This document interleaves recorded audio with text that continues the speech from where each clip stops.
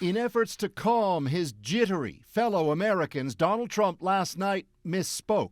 We will be suspending all travel from Europe to the United States for the next 30 days. In fact, it's not all travel. Americans in Europe and U.S. legal residents will be allowed to come home. Today, the vice president clarified. I don't think there was confusion. They'll be screened, and then we're going to ask every American and legal resident returning to the United States to self-quarantine for 14 days.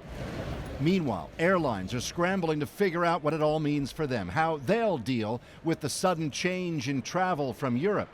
And though the UK is exempt from Trump's ban, the rest of the continent is more than a little put off by it, stunned that it hadn't even been consulted before Trump took action.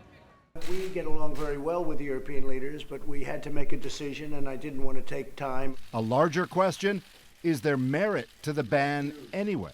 Banning all travel from Europe or any other part of the world may slow it, but as we've seen, it will not stop it. Still, one of the leading scientists helping direct U.S. policy on the virus today underlined the ban was the right call. It will help. New cases throughout the world, the majority of them are from Europe to other countries. If you look in the United States, at states that have new cases, the majority of them are coming from that region. It was based on that the travel restriction was suggested and accepted.